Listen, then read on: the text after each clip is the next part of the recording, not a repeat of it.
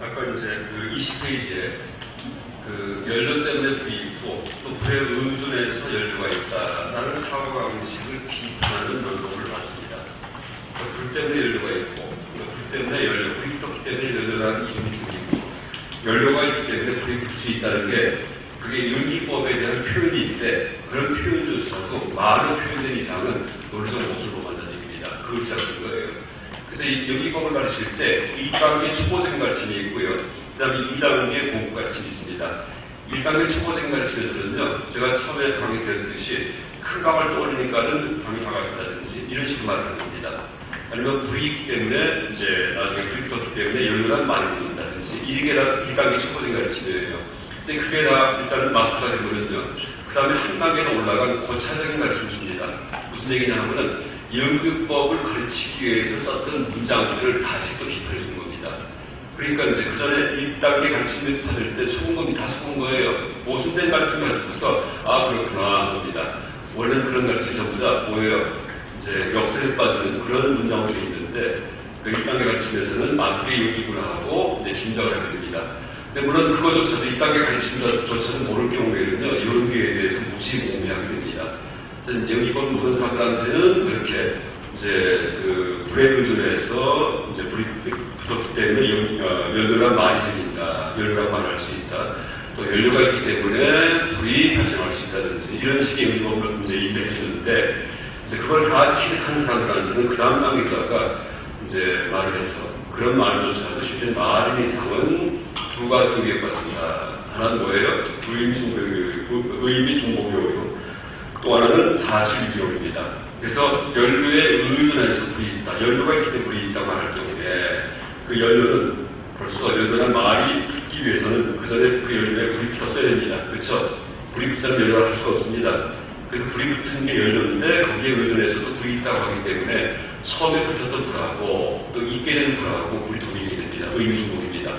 마치 비가 내린다고 할 때 비하면 벌써 내리고 있는 건데 거기에 대해서 내린다라는 말씀 경우에는 내림을 갖는 비인데 또 내리기 때문에 내림이 두 개 있는 오일이 빠지듯이 오일과 똑같습니다. 하나는 연료에 불이 타는 현상이고 하나는 비가 떨어지는 현상인데 그걸 이해하는 우리의 사고방식의 잘못은 똑같다는 얘기예요. 그래서 이 머리를 들어가지고서 이제 무슨 생각하느냐면 뭐예요? 종교적 철학적 의문을 올립니다. 그러니까 그 종교적 철학적 의문들이 다 엉터리다 하는 걸 나중에 생각하게 됩니다.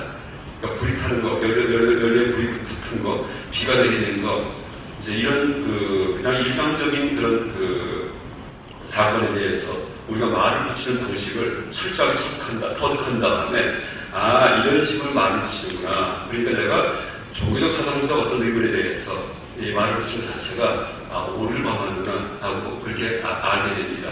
그래서 이게 뭐예요? 최종 목표는 종교적 철학적 의미를 해소하는 게 최종 목표인데 거기까지 가기 위해서 뭐예요? 트레이닝을 하는 겁니다. 훈련, 사고 연습을 자꾸 하는 거예요. 그러니까 가는 자가 간다든지 아니면 불이 연료에 의존해서 불이 있다든지 이런 것들 비판하면서 트레이닝, 그러니까 브레인 트레이닝을 한참 다음에 이제 나중에 가서 나한테 어떤 의미가 떠올랐을 때 아 이게서 잘못이구나 허구의 의미구나 하는 점을 스스로 자각을 해가지고서 의미를 해소시키기 위해서 약간 머리가 시원하게 해주는 그런 목적을 성취합니다. 그래서 지금 아까 오전 시간에 이제 20페이지에 있는 이제 제10장 관연관염품 불과 열리는 관찰에 대해서 설명드렸는데 어쨌든 이것은 중간 논리 중에서 좀 고급 논리다. 한 단계 더 올라간 논리다. 이렇게 이해하시면 되겠습니다. 그 다음에 이제 제13장 관행에 대한 관찰이 써 있는데 지금까지 이제 모든 게 공하다 이렇게 이해했습니다. 근데 보니까 그런 얘기를 하다 보니까 공하다는 말에 의해서 실체가 있다는 실체를 다시 제공을 해주는데 공하다는 말을 많이 하다 보니까 공하다는 말이 실착을 합니다. 실착을. 그래서 아 공항이 있구나 세상에 공이 있구나 이렇게 착각을 해요. 그걸 격파해주는 말이 바로 13-18번입니다. 한번 읽어보세요. 그러니까 공이라는 것은 도구이지 이걸 잡지 말라는 얘기예요. 잘못된 생각을 쓰러지기 위해서 공의 도구를 들었는데 이걸 또 잡아버립니다. 못 말리게. 그러니까 13-8번 규정에서 이렇게 얘기합니다. 약유불공법, 즉 음유공법, 실무불공법, 하득유공법 이렇게 있습니다. 만일 공하지 않는 존재가 있다면 응당 공한 존재가 있어야 할 텐데 있어야 합니다. 실제 공하지 아니한 존재가 없는데 어떻게 공한 존재가 있을 수 있겠는가 합니다. 공한 것도 없다는 얘기예요. 이 개성이 공도 역시 공하다. 공을 버리다라는 그런 가르침입니다. 그러니까 지금까지, 아까까지는 공에 의해서 모든 걸 비판했어요. 실체가 있다는 사고방식을. 그러니까 공이 도구가 됩니다. 좀 아까 얘기했듯이, 그러니까 의존성에 의해서, 그러니까 불에 의존해서 인류가 있다든지, 의존성에 의해서 일들이 있어요. 그랬다가 다시 또 의존성을 비판해버리죠. 불이 연료에 의존한다면은, 원래 있던 물이 또 이제 의존해서 있게 되기 때문에 불이 두 번 있게 된다고 해서 의존성 비판하잖아요. 한 단 올라가서. 여기도 마찬가지예요. 공과 동사 앞에서 실체가 있다는 사고방식을 다 비판했는데, 이제는 그렇게 비판했었던 도구로서의 공이라는 말을 갖다가 다시 비판해버립니다. 자기가 실컷 썼다가 다시 또 버려주는 겁니다. 그래서 이렇게 얘기합니다. 공하지 않은 존재가 있다면 인간 공한 존재가 있어야 한다. 실제 공하지 않은 존재가 없는데 어떻게 공한 존재가 있을 수 있겠는가? 뜻이 뭐냐면요. 공사상에서는 모든 게 공하다. 이렇게 얘기합니다. 공하지 않은 게 없어요. 아까 오전에 말씀드렸듯이 모든 게 다 생각이 안 들어갑니다. 생각이. 정치불명이에요. 그걸 공하다. 이렇게 말을 해야 됩니다. 근데 다 공하다면은 그래서 눈에 보이는 거, 귀에 들리는 거 생각 다 공해요. 꼭 공하지 않은 게 없습니다. 그렇죠? 공하지 않은 게 뭔가가 있어야지만 이게 공하다 이렇게 말을 할 텐데 공하지 않은 게 아예 없기 때문에 이게 공하다 하고 말할 것도 없습니다. 그 얘기를 하는 겁니다. 그렇죠? 공이라는 개념이 성립하려면, 공이라는 말이 성립하려면요, 공하지 않은 게 뭐가 있어야 돼요. 그러니까 이것은 공하지 않지만 이건 공하다 이렇게 말을 할 겁니다. 근데 다 공해요, 다. 그럼 뭐예요? 공하지 않은 게 있기 때문에 공할 것도 없다는 얘기예요. 공이라는 말도 증말해버립니다. 그래서 이 그런법이에요. 모든 게 공하다면 공할 것도 없다. 말도 증말이다 이런 뜻입니다. 하나 더 얘기하면요, 일체 유심조, 모든 게 마음이다. 마음이 만든 거 이렇게 얘기합니다. 근데 일체 유심조보다도요, 더 높은 조망이 뭐냐면요, 마음도 없고 대상도 없다. 이게 더 높은 조망입니다. 그러니까 마음이라는 것도 이게 끝이 아니에요. 거기에서 마음이라는 그런 말을 이용해가지고서 마음이 있고 물질이 있다, 주관이 있고 객관이 있다, 이런 이법을 다 보여준 겁니다. 그러니까 하나의 개념 가지고서 둘로 나눈 사고방식, 주관, 객관, 마음, 물질 이렇게 나눈 사고방식을 다 보여준 건데, 그러니까 마음이라는 개념을 가지고서 그때부터 사람들이 못 말리기 때문에 어떻게 돼요? 그럼 다 마음이구나 이렇게 생각합니다. 그러니까 이제 그걸 비판할 때 어떻게 얘기하냐면은 모든 게 다 마음이라면은 마음이랄 것도 없다 그렇게 합니다. 마음 아닌 게 뭐가 있어야지만 이게 마음이구나 이렇게 얘기할 텐데 마음 아닌 게 전혀 없습니다. 그럼 이것들이 뭐예요? 마음이랄 것도 없죠. 그래서 그런 경지를 한자로 뭐라 표현하냐면 경식구민 이렇게 얘기합니다. 경식구민. 경은 대상이에요. 육경, 안이 비서해야 될 때 색성형적 법, 이게 경입니다. 식이 뭐예요? 주관이에요. 객관과 주관이 함께 고자입니다. 민절 사라집니다. 이런 뜻입니다. 그게 최고적입니다. 그래서 이제 유식불교보다도 더 높이 있는 조망이 뭐냐면 유식을 초월한 마음이랄 것도 없다는 그런 공사상의 조망이 더 높은 조망입니다. 그걸 누가 얘기하냐면 바로 티베트 불교에 이제 인도 불교를 전한 샨타락시다, 바바라실다 같은 분들이 얘기하는 게 이게 이제 후기 중간파예요. 그러니까 제가 강의하는 게 중간학파인데 중간학파. 이 중에 마지막에 나온 중간학파가 후기 중간학파인데 유식학의 교리하고 중간학의 교리를 종합을 합니다. 이게 후기 중간파입니다. 그래서 이제 다른 말로 육아행 중간파라고 부르기도 합니다. 육아행이 유식이고요. 유식학파를 사상으로 얘기하면 유식학파가 되고 수행법으로 얘기하면 육아행파가 됩니다. 육아가 요가의 요가. 수행하는 불교 수행자들 이런 뜻입니다. 그러니까 육아형파이더라도 같은 학파에 대한 얘기고, 그럼 이 사람들의 사상이 뭐냐 할 때 유식이에요. 그래서 유식학파 사람들이라는 뜻이고요. 같은 사람들입니다. 또 둘을 종합을 해가지고 육아행 유식학파 이렇게 부르면 됩니다. 상관없습니다. 이게 이제 중간한 다음에 그래서 육아행 유식학파가 생기는데 나중에 후대에 가서는 두 개의 학파를 통합을 해가지고서 육아행 중간파가 생깁니다. 이게 후기 중간파예요. 인도 불교에서. 그래서 유식의 교리하고 중간의 교리를 종합해버립니다.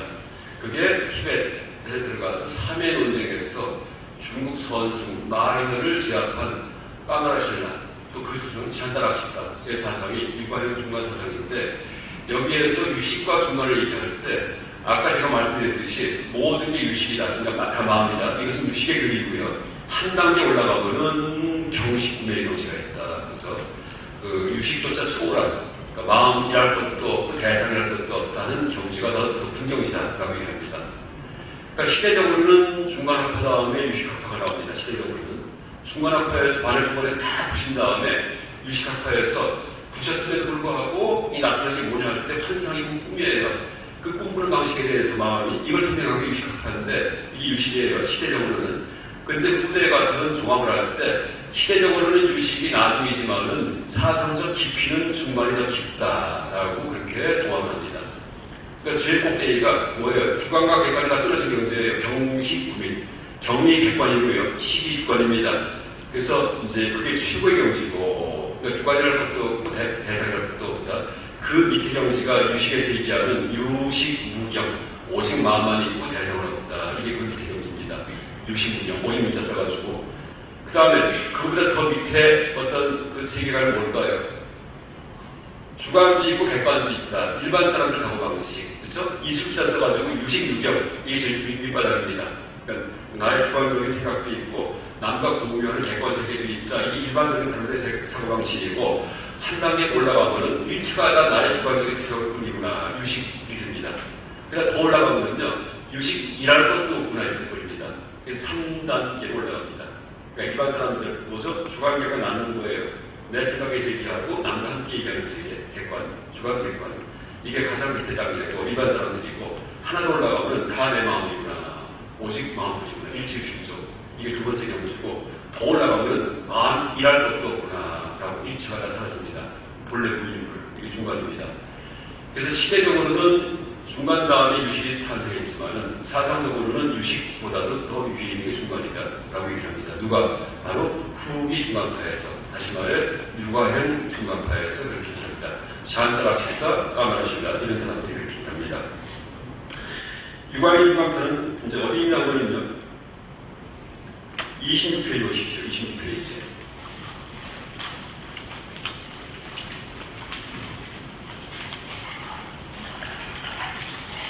밑에 보시면은 티베트 중간학 계보학 이렇게 써 있습니다. 티베트 중간학. 근데 거기에 보시면은 중간학파가 학과가 갈라집니다. 어떻게 갈라지냐 하면 귀유 논증적 중간하고 자립 논증적 중간 이게 갈라집니다. 이게 무슨 뜻이냐면요 이 용수 스님께서 중론을 쓰셨는데 거기에 주석을 붙일 때 주석 태아를 붙일 때 어떻게 붙이게 오는가에 대해서 그 말싸움이 벌어집니다. 언제? 기호 한 600년대 전돼가지고서. 그러니까 용수 스님 돌아가시고 나서 400년쯤 지나니까는 이 중론 공부하는 사람들 사이에서 그 사상 논쟁이 벌어집니다. 그래서 처음 시비를 건 게 누구냐 하면은 잔론주파예요.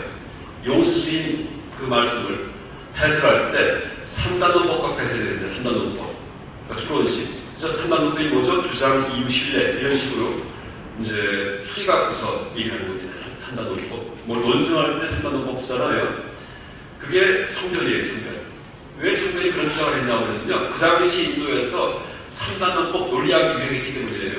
불교에서도 불교 논리학이 처음 그때 세계적으로 정립됩니다. 누가? 지인나, 니그나가 이런 분이. 그게 동시됩니다. 그러니까 중간학과 바깥에 전부 논리학 갖고서 다 일을 해요. 3단원법 가지고서. 그러니까 중론을 해설할 때도 적어도 입혀야 됩니다. 적어서 3단원법을. 이분이 바로 청년이고 그분의 학파를 자립 논증파에 부릅니다. 자립이 뭐죠? 스스로 세운다. 뭐를? 논증식을 세운다 이런 뜻입니다. 논증식이 바로 3단원법이에요. 그러니까 중간학파에서 스스로 3단원법 세워서 용수심의 중론을 해설하자라고 주장합니다. 이게 자립논증입니다. 그랬더니 시대가 된 다음에 월칭이라는 분이 나타나가지고 월칭. 아니다. 이렇게. 아니다. 중론은 3단원법 갖고 되는 게 아니다. 남이 얘기를 할 때 그냥 꼬투리만 잡으면 된다. 상대방을 갖다가 오명을 빠뜨리면은 그러면은 중간학이 이치가 드러나는 것이 우리가 내세워서 주장해봤자 통하지는 않는다. 이렇게 합니다. 그래서 상대방 꼬투리만 잡아갖고서 중론의 가르침을 알려주자 하는 것이 바로 귀유 논증파예요. 귀유가 뭐죠? 귀. 돌아가기 자. 유가 오류할 때 유자입니다. 오류로 돌려쳐가지고 돌려버려가지고 오류에 빠지게 만들어버리자 이런 뜻입니다. 그래서 중간학파가 또 나눠집니다. 하나는 뭐예요? 스스로 3단원법 세우자. 하나는 뭐예요? 그게 아니라 남이 세운 3단원법을 오류에 빠뜨려버리자 이런 뜻입니다. 그래서 이제 학파가 둘로 갈라집니다. 둘로. 이게 그 중기 중간학파, 중기. 그러니까 초기 중간학파는 뭐예요? 용수스님 마리아 제바 그 제자이 됩니다. 중기는 누구예요? 청변의 잔론주파 월층의 귀빈노동파로 갈라졌다 이렇게 얘기합니다. 그랬다가 청변에 자연노동파가 다시 또 절로 갈라져요. 옆에 보시면은 경부 중관이 있고 밑에 유관현 중관이 있죠.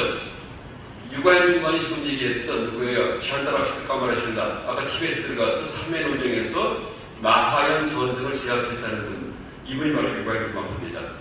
후기 중관파예요. 뭐예요? 중관파와 유식학파의 교리를 종합한 분들입니다. 이 유관현 중관파입니다.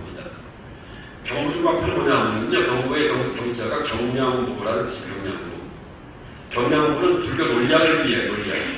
그 불교 논리학적인 사고방식을 중간에 파자 논리학, 이 경부 중관입니다. 그래서 이제 이건 뭐 다른 얘기보다도 유관현 중관파가 지금 여기 써 있는 이제 그 자진노동파에서부터 나눠진 것이 유관현 중관파인데, 지금 말씀드렸듯이 유관현 중관파는 유관현파, 다시 말해 유식학파, 모든 게 마음이다, 이 학파하고 그 다음에 아무것도 없다, 공하다, 이 중관학파하고 조합을 했기 때문에 서열을 매게 되는 서열을 어느 게 높은가. 근데 중관학파를 더 높은 조망으로 위에 올려놓습니다. 아까 얘기했듯이 경식 구민. 그래서 중관학에서는요, 마음이라는 것도 없다 이렇게 됩니다. 모든 게 마음이다, 이것도 마음병에 걸려버려요. 그러니까 불교신자가 모든 게 마음이다 해버리면요, 수동적으로 되고 속극을 이기기 쉽습니다. 그래서 이제 모든 게 마음이다, 이것도 하나의 치우친 극단입니다. 천태학의 핵심이 뭐예요? 치우치지 말라는 거 아니에요. 삼재 원흉과학이 핵심은 치우치지 말라는 얘기입니다. 고개도 치우치지 말고, 유해도 치우치지 말고, 중도 제일제, 공가중의 얘기합니다. 그래서 이제 이 공사상에 빠진 것도 치우친 거고요, 위에 빠진 것도 치우친 거고, 둘 다 베개 그것이 중도 제일이고, 이게 삼재 원흉관이다 이렇게 할 수 있습니다. 삼재 원흉은 제가 또 다시 얘기합니다. 이 삼재 원흉관이 바로 중론에서 나오는 게 딴 데서 나오는 게 아니고요. 제가 계속 보여드릴게요. 어디냐면요, 삼재 원흉, 여기 써있듯이 삼재 원흉 사상의 기대가 22페이지 보시면은 가운데 24-18 개송이 있죠. 중론에 중인연생법, 중인연생법, 아설즉시모, 역이식가명, 역시 중도의 이렇게 써 있습니다. 이게 바로 삼재 원흉관의 토대가 된 개송입니다. 이렇게 써도 되고요. 실제 구원하신 스님께서 이 개송을 주석에서 인용하면서 번역을 할 때는 어떻게 번역하냐면 중인연생법 아설즉시 공 이렇게 있어요. 무자가 공을 갖게 있습니다. 그러니까 물을 공을 바꿔도 돼요. 원래 뭐뭐뭐는요 공이에요, 공. 그래서 이제 보세요. 중인연생법 아설즉시 공, 역시 가명, 역시 중도의 공가 중이잖아요. 공가 중이요. 여기 공가 중 삼재 명식이 다 나옵니다. 그래서 번역한다면 여러 가지 인연으로 생한 존재를, 그러니까 중인연, 각가지 인연으로 생한 존재를 아설즉시, 나는 무라고 말한다, 나는 공이라고 말한다 해도 됩니다. 여러 가지 인연이 모여서 생한 존재, 이게 과다한 얘기예요. 왜 그럴까요? 예를 들면은 지금 제 목소리가 들리시죠? 이게 여러 가지 인연이 모여서 생긴 존재입니다. 이 목소리 자체가, 귀에 들리는 소리가 어떤 인연일까요? 허파하고 바람하고 성대하고 이빨하고 입술하고 또 뭐예요? 이 지금 강의 듣는 분들 귀가 또 열려 있어야 됩니다. 또 뭐예요? 주의력이 여기에 쏠려 있어야 돼요. 딴 생각하고 계시면 강의가 안 들립니다. 그러니까 주의력, 귀, 그 다음에 이 여기서 귀만 넣어도 귀만, 내 귀만 넣어도 소리가 안 들립니다. 그러니까 여기서 내가 주의력만 딴 데 쏟고 있어도요, 뭔 얘기인지 들어오지 않습니다. 그러니까 한 7가지 인연 중에 하나만 빠져도 이 소리가 안 나와요. 성대를 제거해도 소리 안 나옵니다. 허파에 바람을 안 넣어도 소리가 안 나옵니다. 허파가 없어도 소리가 안 나옵니다. 그렇죠? 그러니까 그까지 인연이 모여가지고서 소리라는 현상을 하나 만든 겁니다. 그러니까 소리는 여기 어디 있냐 할 때, 있는 곳이 있습니다. 왜? 여러 가지 조건이 뭘 만들었기 때문에. 그렇죠? 그래서 중인연생법 아설즉시 무 이렇게 됩니다. 나는 이것은 없다라고 얘기한다. 혹은 공하다라고 얘기한다. 인연이 모여서 만들어졌기 때문에, 생겼기 때문에 실체가 없다는 얘기예요. 실체가요. 실체가. 지금 제 목소리에 실체가 없습니다. 그렇죠? 그러니까 여러 가지 모여서 만들어졌기 때문에. 역의식가명. 그럼에도 불구하고 뭐예요? 목소리가 길게 말을 붙여버리죠. 뭐예요? 가짜 이름이에요. 실제 이름이 아니고. 그래서 가짜로 이렇게 목소리가 있구나라고 이름 붙인다. 그 다음에 역시 중도의. 그런데 보니까 뭐예요? 더 엄밀한 조망은 가명으로서 목소리가 있다고 해서 틀린 겁니다. 왜? 여러 가지 인연이 모였기 때문에. 그렇죠? 쉽게 있는 게 아니에요. 그렇다고 해서 인연이 모여서 다 없는 거다 해도 틀려요. 왜? 목소리가 들리기 때문에. 그러니까 아예 없다고 해도 틀리고 쉽게 있다고 해도 틀려요. 그러니까 실제 엄밀한 이 목소리에 대한 조망은 중도 조망이다. 아예 없다고 하지 말고 쉽지 않다고 하지 말라 이런 뜻입니다. 이게 중도입니다. 이게 공가중삼재입니다. 공가중삼재. 그래서 이제 치우치지 말라는 게 바로 천태사상의 핵심이고 그걸 공가중삼재 원리로 얘기합니다. 다른 얘기를 하면요, 이 강연은 방에 크기가 큽니다. 커요. 진짜 큽니다. 대예요. 근데 가만히 보니까는 실제 큰 게 아니고 내가 작은 방을 만드니까 커졌습니다. 그리고 실제 이 방의 크기가 뭐냐고 할 때, 방의 크기는 없습니다. 사실. 그렇죠? 큰 방을 연대면 작아지고 작은 방을 연대면 커집니다. 그리고 이 방의 크기는 원래 공합니다. 공하죠? 그게 정답이에요. 공하다는 게. 근데 나한테 떠올 때는 크다는 생각이 떠올랐어요. 그렇죠? 그러니까 공하다는 것은 무구공이고 크다는 생각은 가명이에요. 가명이요. 그러니까 이 방의 크기는 아예 크기가 없어요. 그렇게 말을 해도 안 돼요. 왜? 이 방에 가려고 할 때 가장 큰 이제 법당에 가십시오. 이렇게 말할 수 있습니다. 그 지목을 할 수 있어요. 그러니까 이 방에 크기는 없다 하면 대화가 통합니다. 그러니까 없다고 하는 것도 틀렸고, 그렇다고 해서 이 방이 제일 큰 방입니다 하면서 전 세계에서 가장 큰 방입니다. 이것도 틀렸습니다. 그래서 가도 틀렸고 공도 틀렸고 하는 그 조망이 진짜 조망의 중도다라고 얘기합니다. 그래서 이 공과적 선제는요, 워낙 한 군데가 아니고 모든 거에 다 적용할 수 있어요. 모든 세상 구성 요소는 공과 중 세 가지 측면을 다 갖고 있습니다. 실제가 없다는 측면이 공이고요. 그럼에도 불구하고 말을 붙여갖고서 이름을 붙였습니다. 이게 가고요. 그러니까 이름 붙인 가짜 이름도 틀렸고, 뭐예요? 실제가 없다는 아예 구성도 틀렸기 때문에 이게 중도입니다. 둘 다 틀렸다. 흑백의 비판, 이게 중도입니다. 그래서 중도의 조망이 정답이고, 그 다음에 가의 조망을 해서 우리가 쓰고 살 수도 있고, 그 다음에 공의 조망을 해가지고서 질투를 없앨 수 있습니다. 그래서 방도, 어떤 방의 크기도 공과적 선제가 다 들어가 있고, 제 목소리도 공과적 선제가 다 들어가 있고, 연필이 길다 짧다는 경우에도 어떤 연필이 길어요. 근데 길다가 가면 가짜 이름입니다. 왜? 더 긴 연필 가져오면 짧아지기 때문에. 그러니까 연필의 길이가 실제가 원래는 없어요. 이게 공이에요. 연필 길이가 공합니다. 그렇죠? 원래는요. 이게 공의 조망입니다. 그러니까 공의 조망도 엄밀한 게 아니고, 또 이렇게 길다고 가면 가짜에 붙이는 것도 엄밀한 게 아니기 때문에, 진정한 점은 공과 가명을 떠난 것이 진정한 조망입니다. 비공비가. 그래서 이게 중도의 조망이다. 이렇게 합니다. 그래서 연필의 길이도 공과 중 세 가지가 다 겹쳐 있고, 이 방의 크기도 공과 중 3제가 다 겹쳐 있습니다. 이게 3제 원륜관입니다. 3제 원륜관. 그래서 그런데 우리가 그걸 모를 경우에는 어떤 사업을 볼 때 한 가지만 딱 가버립니다. 그렇죠? 이건 긴 연필, 이건 큰 방, 이건 작은 방. 아니면 또 불교 공부에 너무 심취했다가 당화다, 길이가 없다, 큰 방의 값도 없다, 허무주에 빠져가고 공에 빠져버립니다. 그래서 둘 다 배격한 중도의 조망을 제시하는 것이 이 삼재원관의 그런 목표다라고 얘기할 수 있습니다. 삼재원관. 그래서 모든 내 머릿속에 떠오르는 거에 대해서 삼재 적용이 다 가능합니다. 다 전체가 다. 그리고 그 토대가 된 개성이 바로 22페이지에 24-18 개성입니다. 24-18 개성.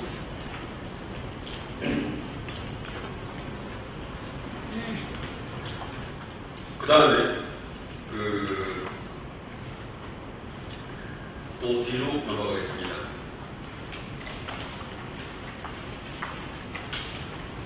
20페이지 밑에 관식품이라고 있고 제목은 시간에 대한 관점입니다. 시간을 논파하는데 이건 좀 독특하게 논파합니다. 제가 엊그제 설명드렸을 때는 시간 논파할 때 지나간 과거를 만난 적이 없고 오지 않은 미래는 만날 수가 없고 현재는 과거와 미래 팀에 끼어서 있을 곳이 없다 해서 논파했잖아요. 지금 여기서는 좀 다르게 논파합니다. 과거, 현재, 미래 세 가지가 다 의존해 있는데 따로 있는 게 아니에요. 과거가 있기 때문에 현재, 미래 이런 말이 가능합니다. 또 현재가 있기 때문에 과거, 미래 이런 말이 가능합니다. 또 미래가 있기 때문에 아직 오지 않은 시간이 있기 때문에 현재, 지금 시간과 옛날 지나간 시간이 가능합니다. 그래서 과거, 현재, 미래가 상, 중, 하처럼 서로 의존해 있어요. 그러니까 상, 중, 위, 아래 이게 의존한 개념이죠. 위가 없는데 아래만 있어요?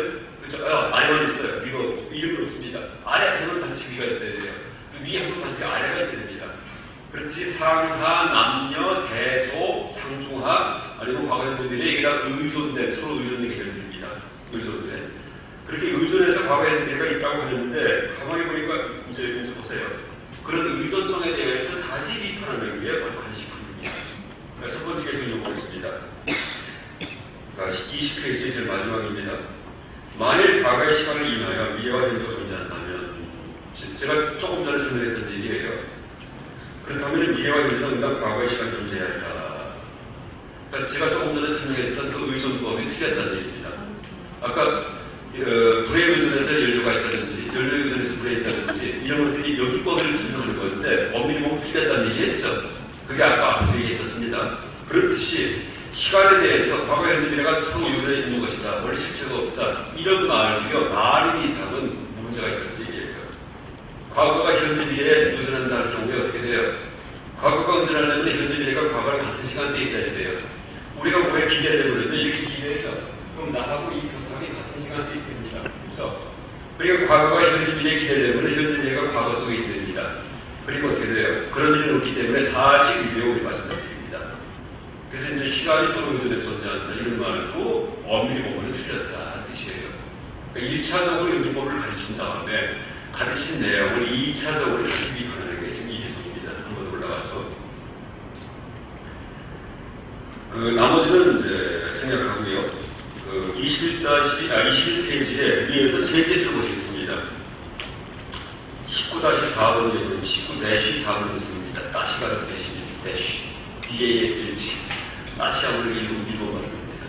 대시. 일본 얘기 나왔는데, 일본이 망할 것 같습니다. 그렇죠? 왜냐하면, 안 망하는 나라는 품이 넓은 나라입니다. 그런데 미국도 쫓아내주고, 일본도 쫓아내줘요. 드디어 우리나라 기회가 없구나. 지금 어렵지만은 절대 우리 주저하지 않습니다. 여러분, 내셔널 IQ, 전 세계 국가별 IQ 비교하죠? 인터넷 구글을 검색해 보십시오. 1등이 어딘지 아세요? 코리아, 사우스 코리아 딱 나옵니다. 최근에는 1등이 홍콩, 싱가포르 이게 올라가 있어요. 얘네는 그 사람들 통계가 안 됐어요. 왜냐하면 거기 도시국가이기 때문에. 그렇죠? 도시민만 사니까 다 교육받은 사람들이 있기 때문에 높게 돼 있습니다. 그걸 배제하고. 우리나라도 도시만 갖고 따지죠? 그럼 더 올라갑니다. 그래서 원래 홍콩, 싱가포르가 안 들어갔었는데 요새 그걸 띄워줍니다. 그러니까 상동이 됐습니다. 근데 최근 몇 년 전까지 한 10년, 20년 동안 갔다가 세계에서 가장 높은 사람들 코리아, 사우스 코리아에 나왔습니다. 그 밑에가 뭐냐면은 노스 코리아 이렇게 나와요. 그 밑에가 재팬, 일본, 그 밑에가 중국, 동아시아가 제일 없습니다. 일단 생김새가 다르잖아요, 우리가. 보세요. 서양 사람들은 뭐예요? 요새 탤런트를 보면 얼굴 조그만 거 좋아하죠? 얼굴 조그만 거 왜 그래요? 서양 사람들 흉내내려고 봅니다. 근데 동양 사람들 얼굴 조그맣지 않죠? 원래 머리가 크잖아요. 머리가 좋아서 그렇습니다. 대학교. 그래서 실제 그거 한번 검색해보세요. 제 얘기가 아니고 영국의 심리학자가 매년 조사를 해요. 시험을 해서. 근데 제일 영리한 나라가 우리나라입니다. 그래서 제가 그런 얘기하는데 약간 4대 강국, 위치도 아주 기가 막혀요. 세계 최강 나라 4나라가 딱 준비되어 있습니다. 그래서 이제 6.25 이후에 한반도가 통일되는데 잡아 끌어버리죠, 위에서. 그래서 위에서는 소련하고 중국 공산당이 끌어버렸습니다. 밑에서는 미국하고 일본이 끌었어요. 그러니까 허리가 올라갔습니다. 그렇죠? 그랬습니다. 땅이 아니고요. 지금 잡아 끌고 있어요, 소리에서. 일본 잡아 끌다가 한국이 당하게 치니까 지금 시비 걸릴 거 아니에요. 그전까지 잡아 끌는데 날 소명했는데 갑자기 문제 정부에서 이 발을 쳐버립니다. 정신의 문제, 물론 자기 잘못된 걸 모르고서. 그렇죠? 그래서 어쨌든 간에 그 분단도요, 이게 우리 의지가 아니고 이 강대국 4대 강국. 전 세계에서 가장 인구가 많은 나라가 어디예요? 중국입니다. 그래서 지금 몇 억이죠? 15, 16억. 우리가 학생이 나가서 우리가 5천만이에요. 그러니까 싸우자고 중국 사람들 30명이 날라옵니다. 내가 아까 히비세이드가 밟고 그냥 나보다 터집니다. 그래서 상대가 안 돼요. 이게 제일 많아요. 소련, 러시아, 지금 러시아예요. 세계에서 영토가 제일 큰 나라. 무시무시합니다. 그렇죠? 그 다음에 미국, 여기 들어와 있지만 세계에서 가장 군사력 경제력 초강대국인데 신조국, 신이 만든 나라, 신조국입니다. 그래서 저런 사람들은 신조국을 부릅니다. 그 다음 일본, 세계 경제 3위에 얼마 전에 2위였습니다. 2위 대표 잡아봅니다. 세계 최강국 4군데가 한반도 주변에서 이사합니다. 그러니까 이제 그래서 분단입니다. 그러니까 실제로 통일하려면요, 우리 입에 절대 안 돼요. 4대 강국이 통일할 리가 없습니다. 왜냐하면 여기는요, 쇼크 업서버예요, 쇼바. 자동차 쇼바 아세요? 쇼크 업서버. 자동차 바퀴 굴러갈 때 위에 타고서 불끈불끈거려요. 그러니까 중간에 쇼바, 스프링을 넣어가지고요, 길바닥에 우퉁우퉁한 게 히트에 전달 안 되게 만듭니다. 이게 쇼바입니다. 가끔 쇼바 나가죠? 그러면 막 불끈불끈거립니다. 쇼바 멈추면 스프링 가르칩니다. 한반도가 쇼바예요, 땅이 한반도가 있기 때문에 이 분단시킨 다음에 바보 같은 민족 거기서 싸우게 의병들을 개처럼 싸우게 합니다. 뒤에서 세파르트주의를 따르고 있는데, 그렇죠? 이게 한반도입니다. 멍청하게. 그래서 이제 그런 나라가 어떻게 돼요? 하여간 통일되면은 문제의 4대 강국이 아주 고라집니다. 통일되면은 미국 입장에서는 미국이 계속 이 동아시아의 군사 거점입니다. 동아시아의 군사 거점인데 통일되면은 나가 아예 안 됩니다. 그렇죠? 만약에 주둔할 경우에는 어떻게 돼요? 미군이 남북한에 다 주둔하게 되는데 그러면은 두만강에서 중국하고 이렇게 하게 됩니다. 그렇죠? 가게 되면 위험해요. 효과가 없어집니다. 그러니까 소련도 마찬가지고. 그게 절대 통일시키면 안 된다는 얘기예요. 절대요. 이 4대 강국 입장에서는 여기는 영원한 효과가 이렇게 됩니다. 그래서 우리가 통일을 꿈을 꾸고 있는데 쉽지 않습니다. 근데 이제 그 가능한 이유가 아까 얘기했듯이 전 세계에서 가장 영리합니다. 근데 여러분 서커스에 가보면요, 사선으로 하기 무섭죠? 책책 하나 가고 책하고는 막 꼼짝 못하죠? 앞으로 그걸 해야 됩니다. 그래서 이제 그 소련, 러시아, 중국, 일본, 미국 이걸 전부 다 책책 가지고서 부리면서 그러면서 이제 우리가 다 이끌어가지고서 이제 그리고 그러면서 한반도가 우리 통일되고 나서 평화로워질 때 전 이주가 평화로워집니다. 뒤집어집니다. 그래서 그게 우리 역할이고 또 하나는 이제 이 통일이요, 이게 불교운동입니다. 제가 지금 중간학 강의하는데 중간학 어저께 그저께 항상 얘기하는 게 중간학이 탈이분법이에요. 탈이분법. 불이중도를 갖다가 이제 축하합니다. 자르는 거, 생각이 자르는 거. 생각이 비가 내리는데 짠다고 해가지고서 비가 내린다니까 모순에 빠지죠. 생각을 자르지 말라 하는 게 중간학이에요. 근데 우리 자르는 이 습성이 어디까지 가냐 하면요, 나와 남을 자르는 거 여기까지 갑니다. 그러니까 너는 너, 나는 나. 아무리 힘들고 배고프고 병들어도 이 관심도 없습니다. 이게 자르는 거예요. 모든 사람들. 근데 자르는 게 타파된 사람들, 다시 말해 견성한 사람들, 다시 말해 중도를 자각한 사람들, 중도를 자각한다는 얘기는요, 뭐예요? 이 법이 틀렸다는 걸 자각한 거예요. 불이중도, 그렇죠? 자르는 게 잘못되었다를 깨닫는 게 그게 견성이고 견불성입니다. 그러니까 머릿속에서는 자르는 게 다 잘못되었다. 이거 알았어요. 그럼 감성도 그렇게 변합니다.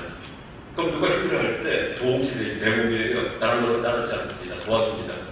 그러니까 자비심도 바로 중간에 투자가 돼야지만 진정한 자비심도 나옵니다. 자르는 속성이 없어졌기 때문에. 그렇죠? 그 다음에 또 뭐가 있냐면요, 아까 이분법 타파가 중간학의 목적이에요. 생각이 이분법을 타파하기 때문에 삶과 죽음이 다르다. 나는 삶을 죽으면 어떻게 할까 했다가 타파되기 때문에 어떻게 돼요? 삶도 없고 죽음도 없구나. 불이 중도예요. 삶도 틀렸고 죽음도 틀렸고 했기 때문에 불이, 무이 둘 다 없구나 이렇게 됩니다. 편해집니다. 그러니까 종교적 고민이 해소가 되고 나와 남을 자르는 이 이분법이 타파됐기 때문에 남의 고통도 내 고통처럼 느끼고서는 도와줍니다. 이 자비심이고 실천입니다. 다 이제 지금 그 종교인들 하고 있지만 그 다음에 또 뭐가 있냐 하면요, 사회적으로 이분법이 심해질 때가 있어요. 무슨 이분법이에요? 강자, 약자 이분법입니다. 뒤를 지나가는데 이렇게 끔찍한 사람이 어떤 여자를 막 약이 막 때리고 있어요. 약한 애를 막 얻어맞고 피를 흘립니다. 근데 모르는 채 지나가면요, 이 사람은 견성한 사람 아닙니다. 그럴 때도 말입니다. 왜 그러냐? 근데 말이죠. 왜? 강약의 이분법이에요. 그러니까 사회적으로는 빈부 차이가 심해질 때, 빈입빈불이 점점 심해지죠. 이름을 그만하면 안 됩니다. 좀 나눠봅시다. 어려운 사람을 도와주기도 하고, 사회복지. 이게 이제 뭐예요? 사회적 이분법 타파의 정의감, 정의감. 정의감은 또 불이중도의 마음이에요. 견성한 사람은 정의감이 있어야 돼요. 왜? 견성이 뭐냐 하면은 이분법 타파한 게 견성이기 때문에, 견성한 사람은 자비심 철철 넘치고요. 나와 남을 걸지 않기 때문에, 견성한 사람은 사회적으로 강자, 약자 이분법이 심해지는데 그건 누구입니다. 뛰어듭니다. 그렇죠? 누구예요? 마하트마 간디 이런 사람입니다. 영국인도 식민지 대할 때 본인은 호의없이 할 수 있어요. 영국 변호사 출신입니다. 다 버리고서 그냥 뛰어듭니다. 그 다음에 헌법 하나 걸치고서 그저 겨우 그냥 밥만 먹고 휘청만 거리는 데가 자기 목숨 바칩니다. 그렇죠? 이제 정의가 그 이분법 타파고요. 또 하나가 우리 한반도 같은 경우에는 남북 분단의 이분법 타파가 우리 사명입니다. 그렇죠? 남북 분단이 이분법이에요. 그래서 통일운동이 견성운동이 사실입니다. 견성의 사회화, 이게 통일운동입니다. 다 혈육비였는데 사촌 무슨 다 친척들 다 빼어 있습니다. 저 사는 집에 뭐 어른들이 다 북한에도 있고 이북에 있는 사람이 또 친척이 여기 있고 혈육인데 그걸 가려놨습니다. 그건 뭐예요? 동체를 위해서 남도 도와주는데 혈육도 하는데 혈육도 있는데 그러면 그걸 타협하는 것이 견성한 사람의 사명이 이렇게 이해할 수 있습니다. 하여간 불이중도 이 중간학을 공부하면은 머리만 시원해져서 끝나는 게 아니고요. 네 가지 일이 벌어집니다. 삶과 죽음의 이법이 타파되기 때문에 종교적 고민이 해소가 되고 죽음이 무섭지가 않습니다. 왜 살았다고 그렇기 때문에. 그 다음에 나와 남의 이법이 타파되기 때문에 자비심이 넘치고 동시대인데요. 그렇죠? 남을 도와주고 살고. 그 다음에 뭐예요? 강력의 이분법, 강자, 약자, 빈부의 이분법 이걸 타파하기 때문에 뭐예요? 사회적 정의감 세계가 끼어듭니다. 그렇죠? 잘못된 스타일가 잘못 나가는데. 그 다음에 또 뭐예요? 한반도 같은 경우에는 민족 분단의 이분법 이것도 못 봅니다. 끼어들어가고 있어 이걸 해결됩니다. 이 네 가지입니다. 그래서 중간하고 끝나는 게 아니고요. 이제 이렇게 쓰입니다. 자연적으로. 그 다음에 한 20분 남았는데 이어서 하겠습니다. 약간 관식품 얘기하고 관사제품 얘기를 했는데 이 관사제품은 내용을 많이 이용을 했지만요. 이거는 그거 잊지 않겠습니다. 요점은 뭐냐면 외도가 공격하는 겁니다. 제가 중간하게 추론 비판을 예를 들 때 관사제품을 예를 들었습니다. 그러니까 생도 별도 없다고는 사성세가 구성되고 불교가 비방된다. 이게 공격해요. 그러니까 여기는 대답이 거꾸로예요. 만약에 생이 있고 모든 게 실체가 자성이 있다면 거꾸로 불교가 구성된다. 이렇게 얘기했었죠. 그 내용이 이제 그걸 인용하는 게 21페이지입니다. 13페이지 보십시오. 13페이지. 제가 어제 오전인가 많이 듣던 얘기입니다. 13페이지에.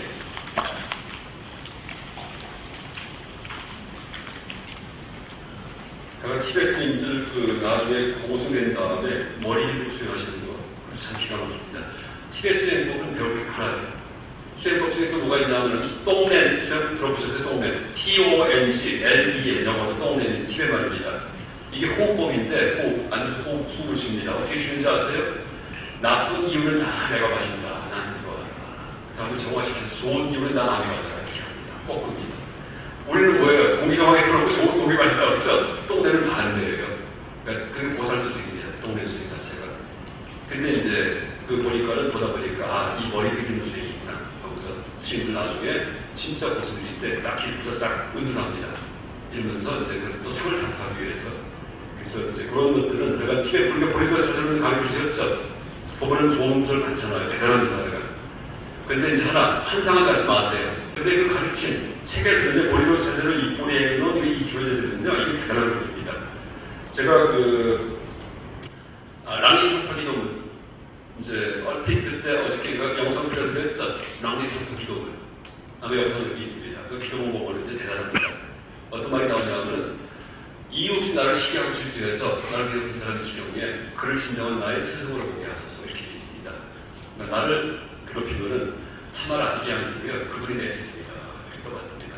그러니까 그런 식의 8가지 조절이 있는데 그거 말고도 약간 뭐 하나하나 보면은요 참 위대합니다. 티베트 불교가. 근데 그 중에 제가 이제 이 삭발하지 않는 이제 그런 이제 수행의 방법을 이제 소개드리면서 이제 천태종과의 어떤 경관을 하에서 의미부여하셔 갖고 하면은 참 여러 가지가 이제 좋겠다 생각합니다. 그러니까 지금 다시 13페이지 밑에 보시면은 그러니까 관사제품 인용해서 추론 비판 방식을 제가 예를 들었는데 보십시오. 논적 만일 이 모든 것이 공하다면 일어남도 없고 전환도 없다. 그래서 그대의 경우 사성제도 존재하지 않는 오해에 빠진다 라고 공격하니까 그러니까 불생불멸이면 불교가 비방된다 이 뜻이에요. 무생무멸이면 불교가 비방된다. 그러니까 용수심의 답이 뭐냐면 만일 이 모든 것이 공하지 않다면 거꾸로 일어남도 존재하지 않고 수멸은 존재하지 않는다. 그대의 경우에 사성제가 존재하지 않는다. 오해에 빠진다. 이게 반대로 얘기합니다. 근데 이 문장이 바로 21페이지에 이 사제품서가 인용한 겁니다. 그러니까 21페이지 다시 돌아오셔가지고요. 21페이지에 8, 제24 관사제품 첫 번째 개성을 보십시오. 만일 일체가 무통하다면 생도 없고 열도 없다. 그렇다면 사성제의 법도 존재하지 않는다. 이러면서 공부 시작한 겁니다. 그랬더니 마지막에 용수심의 대답이 뭐냐면요. 22페이지의 마지막 개성을 보십시오. 22페이지에 뒤로 넘어왔어요. 22페이지 24-20번 개성입니다. 만일 일체의 것이 공하지 않다면 이건 용수심의 대답이에요. 생명은 존재하지 않는다. 그렇다면 사성제의 질도 존재하지 않는다. 거꾸로 얘기하죠. 요 두 구절을 제가 앞에 인용했던 겁니다. 근데 이제 이 인용 전에 중간에 어떤 얘기를 하냐면 진속 이재설을 얘기하세요. 그게 24-8번 개성이에요. 21페이지 넘어오십시오. 21페이지에.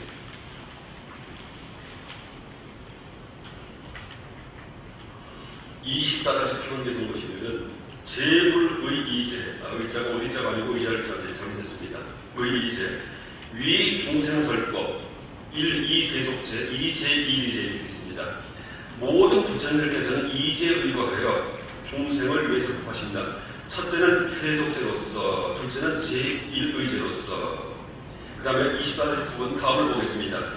만일 사람이 이제를 분별함을 알 수 없다면 심오한 불법에서 진실한 뜻을 알지 못한다. 이렇게 되어 있죠. 그러니까 이제 이 생도고 멸자 없다면 불교가 비방된다고 공격하니까 용수님의 첫 번째 대답은 너는 진속이제 모르는 사람들 이렇게 합니다. 생도고 멸자 없다는 얘기는 진제의 속죄예요. 그건 진제예요. 사성대 보시면 진제의 속죄예요. 그건 속죄예요. 그렇죠? 이걸 같은 차원에 놓고서는 그냥 비교하니까 그러면 사성대 높구나 생각하는 겁니다. 어저께 말씀드렸듯이 윤회는 속죄예요. 무아는 진제예요. 나눠집니다. 그래서 이 주문자가 진제 속죄가 지금 다른 걸 모르고서 그걸 한 차원에 놓고서 모든 게 공하는데 근데 왜 사제가 있나? 이거 이제 물어보는 겁니다. 근데 모든 게 공하는데 이것은 진제고 사성제가 지금 보시면 이거 속죄이기 때문에 그거를 섞지 말아라 이런 뜻입니다. 이 정도 얘기하고요. 그 다음에 21페이지에 밑에서 셋째 줄이에요. 공사상을 경계하는, 조심하라는 그런 가르침입니다. 어저께 말씀드렸던 내용인데 개성이 있기 때문에 다시 읽어보겠습니다. 24-11번 개성. 불룡정관공 둔근즉 자해 여불선주술 불선착독사.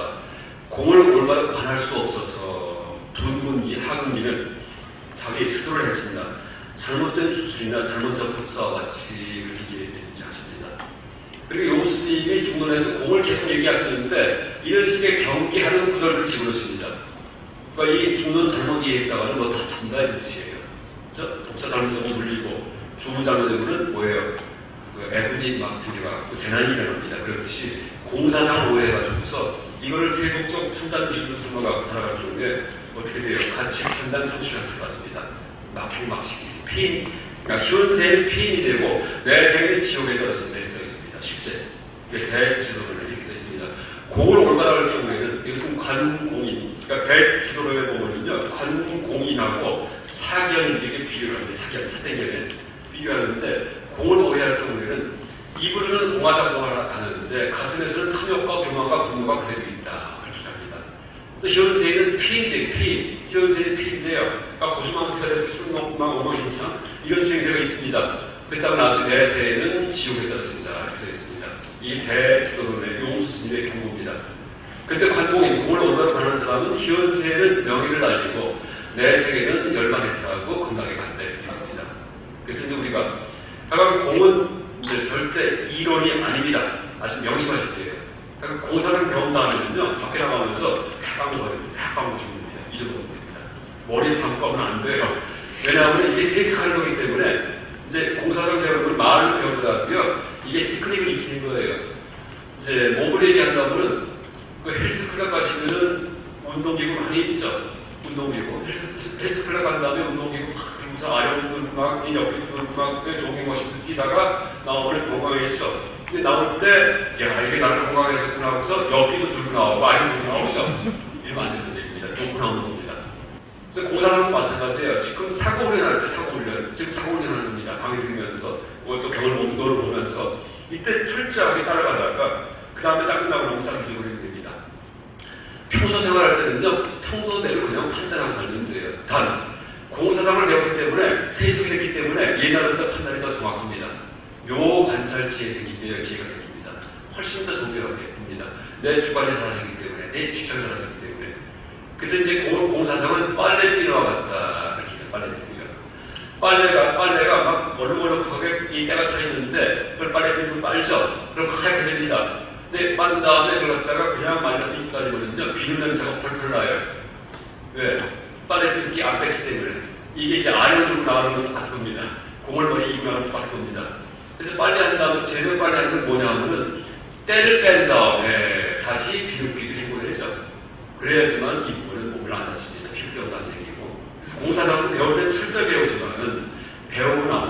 것을 잊어야 됩니다. 그 다음에 배운 만큼 내 생각이 훨씬 더 객관화되기 때문에 정확해지기 때문에 그래서 모든 판단을 옛날보다 훨씬 더 잘하게 됩니다. 그래서 공사상을 이제 반야공사상을 잘 배운 사람은 분별 없이 사는 사람이 아니고요. 항상 그때 가장 최고의 분별을 낼 줄 아는 사람을 표현합니다. 최고의 분별. 이게 공사상입니다. 생각 없이 살고 일단은 머리 나빠져요. 기억력도 감퇴하고 이렇게입니다. 항상 머리를 굴러가게 되어 있습니다. 굴리는데 공을 배우고 나면요. 이제 머리 굴러가는 게 있는 그대로 굴러갑니다. 이상한 생각하지 않고. 그래서 그렇게 그 하나의 테크닉이다. 마치 아령 같은 것이다. 아니면 빨리 빕니다. 아주 명심하십니다. 그래서 이제 그렇게 이해를 하지 못하고 공을 딱 잡을 경우에 그때는 난 다친다. 그런 얘기가 21페이지에 나와 있는 밑에 세 줄. 공을 올바로 가할 수 없어서 눈뭉기는 수로를 해친다. 잘못된 주술이나 잘못 잡은 독사처럼 됩니다. 그래서 배를 잡아버리면 물립니다. 잘못하면 그렇게 됩니다. 그 다음에 이제 또 넘어가겠습니다. 관절만큼 다 얘기했고요. 관 12년 23페이지에 중론에서 가장 특이한 장이 제26장이에요. 중론에 총 27장 되어 있는데 전부 다 논파는 겁니다. 근데 26장 하나만 12연계에 대해서 그냥 아비달마적으로 있는 그대로 설명합니다. 엉뚱해요.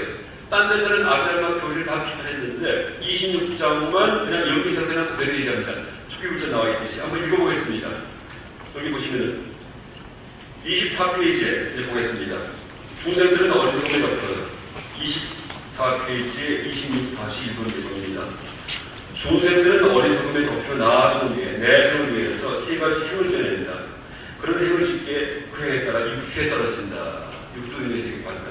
또 제 행을 인연으로 식이 육도의 몸을 받는다. 식이 집착 있게 명색을 키운다. 명색이 자라게 그걸 인하여 육이 생긴다. 육정과 육군과 육진과 육축의 화합이 육축을 생한다. 육축을 인하게 일이 나가는데 이게 식용기술입니다. 식용기술을 보면은요, 요약을 해놨는데 23페이지 보십시오. 다시 돌아와서.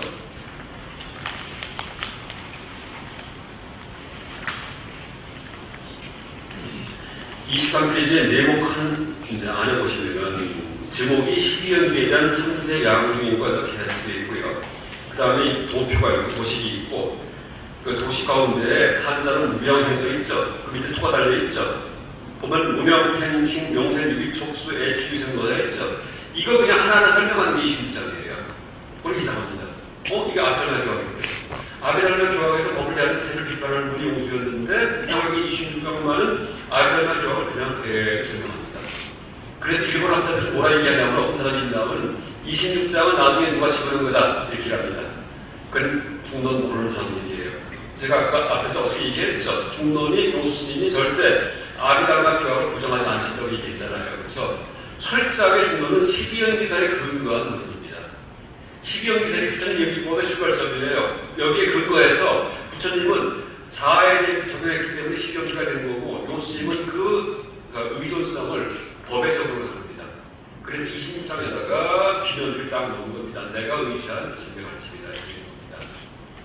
그 다음에 또 뭐가 중요하냐면 12연기의 12가지 지분에서 중간학 공부하는 사람한테 가장 중요한 지분이 뭐냐면은 취의 지분입니다. 취가 몇 번째 있죠? 23페이지 보십시오. 무명, 행식, 명생, 유기, 촉수, 애, 취, 유생노사. 그러니까 앞에서부터 그 9번째 지분입니다. 9번째. 여기 취가 있죠, 취. 이 취가 뭐냐면요. 세계관, 인생관 이게 취예요. 그러니까 취 전에 애가 있죠, 애. 애가 뭐예요? 탐욕, 분노 같은 것도 있는데 감성원입니다. 애가 언제 생기냐면 사춘기 때부터 애가 생깁니다. 사춘기가 왜 사춘기일까요? 봄춘자 쓰기 때문에. 왜 춘이에요? 모든 진승은요, 봄에 교미합니다. 그러니까 사춘기는 교미가 가능한 나이가 사춘기, 딴 게 아니고요. 맨날 그 생각을 했다거든요. 교미 생각은. 근데 그 목적 때문에 그다음에 취해요. 인생관 세계관을 딱 잡은 다음에 거기다가 생각합니다. 그렇죠? 내가 배우자 잘 만난다고. 배우자 만나고 싶은 게 경미하고 싶은 마음인데 그럼 어떻게 해요? 그냥 내가 성공하면 안 됩니다. 그러니까 판검사들이라고 열심히 공부해가지고 사법고시 패스하고 의대 들어가고 합니다. 이게 취입니다.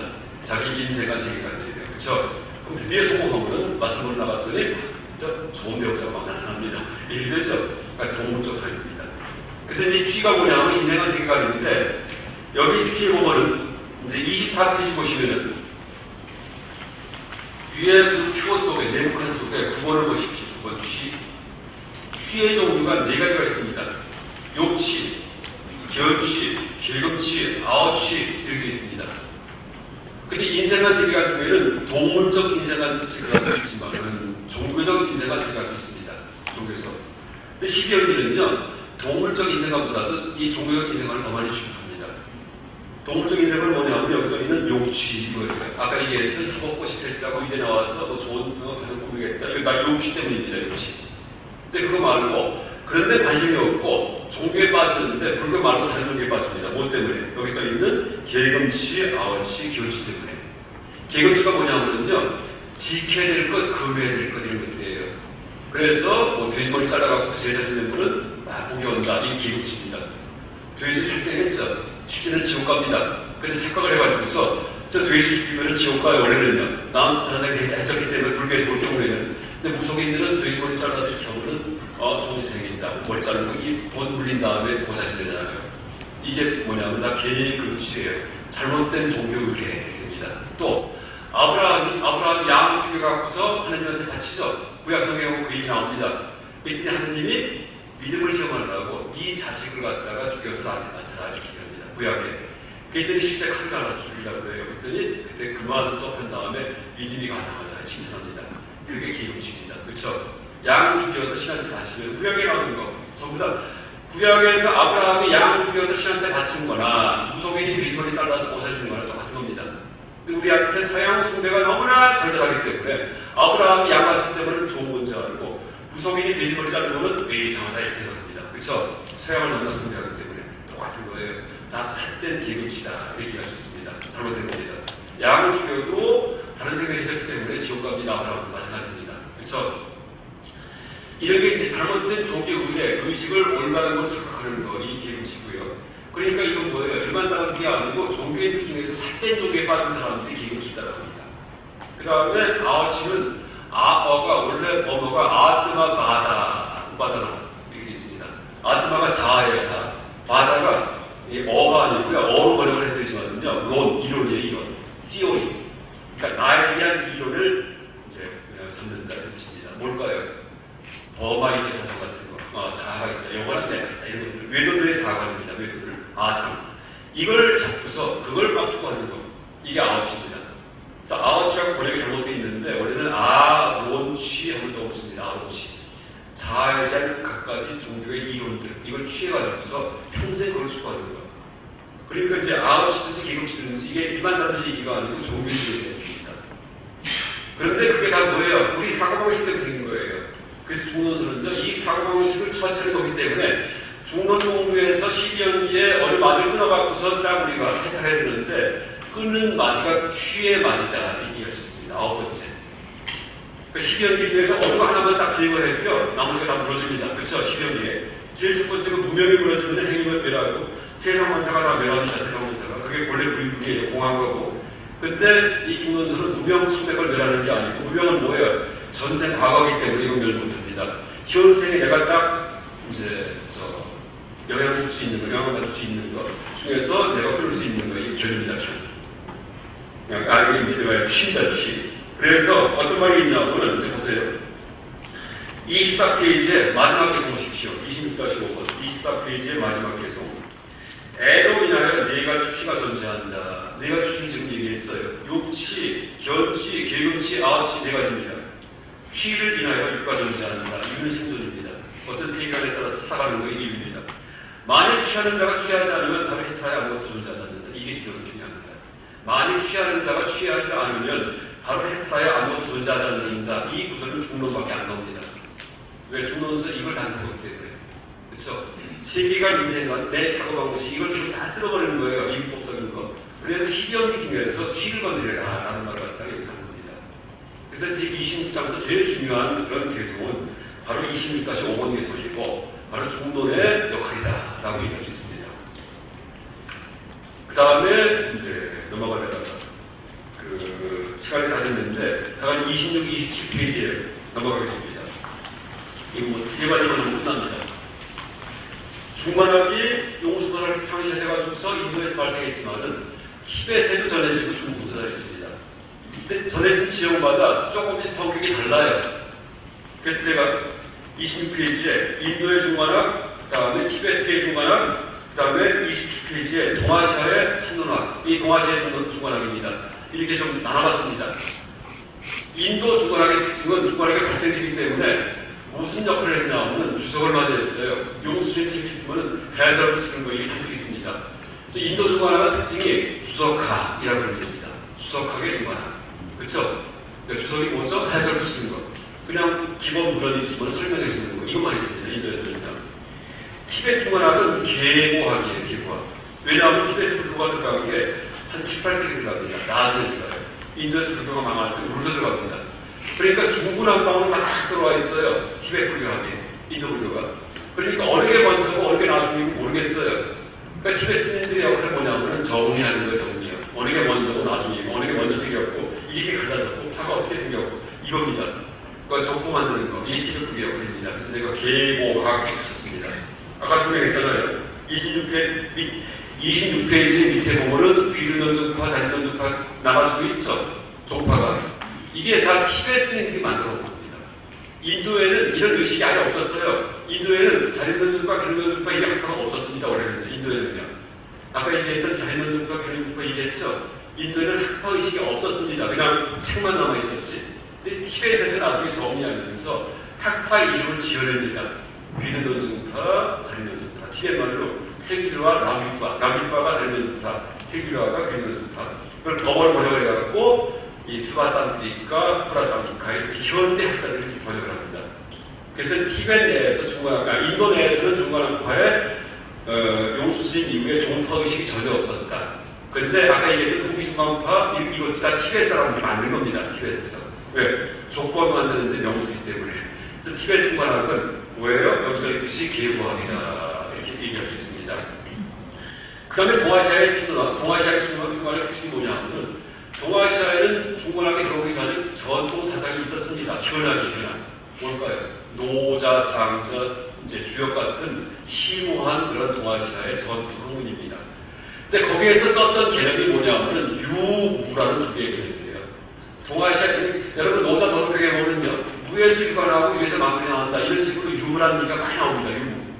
이 동아시아 사상 중에서 유무가 바로 XY예요. 유에다가 별걸 다 대입됩니다. 별걸 다. 그래서 세상을 해석합니다. 그러니까 노자, 장자, 주역 같은 걸 연관하는 학문을 뭐라고 그러냐면 심오한 학문이다 부릅니다. 근데 심오한을 한자로 거물현자 써버려요. 거물현자. 그래서 현학, 그리고 현학이라고 합니다. 그래서 현학서 쓰는 그런 기본 개념이 유무예요. 유무. 그래서 현학에서 서로 유가 중한지 누가 중한지 막 논쟁을 벌이는데 싸우고 있었는데 중국 사람들이 이때 불교가 들어옵니다. 중간학이 들어옵니다. 이러면서 이제 불교 반야 중간학에서 얘기하는 공에 대해서 각가지 해석을 맡깁니다. 각가지 해석을. 어디에 의거해서? 현학에 의거해서. 그러다가 그러니까 현학에 의거해서 공사상을 각가지 해석을 하는 것을 뭐라 그러냐면 격의 불교를 뜻합니다. 그러니까 잘못 재해석된 불교, 현학이 노장에 의해서. 그러다가 구원하신 스님께서 중론, 11론, 100론 번역하면서 이 공에 대한 오해가 사라져요. 이러면서 중국에 선문학이 생기는데 전체가 번역되면서 그래도 현학의 영향은 없어지지 않습니다. 뭐가 없어지지 않는다 하면 유와 무의 두 개의 개념을 가지고서 불교 설명하는 거 이거 안 없습니다. 그래서 이제 이 동아시아의 선문학은요 유무학이에요. 유무학. 인도의 중간학을 그대로 가져와서 유와 무라는 두 개의 개념에 의해서 중간학을 재해석합니다.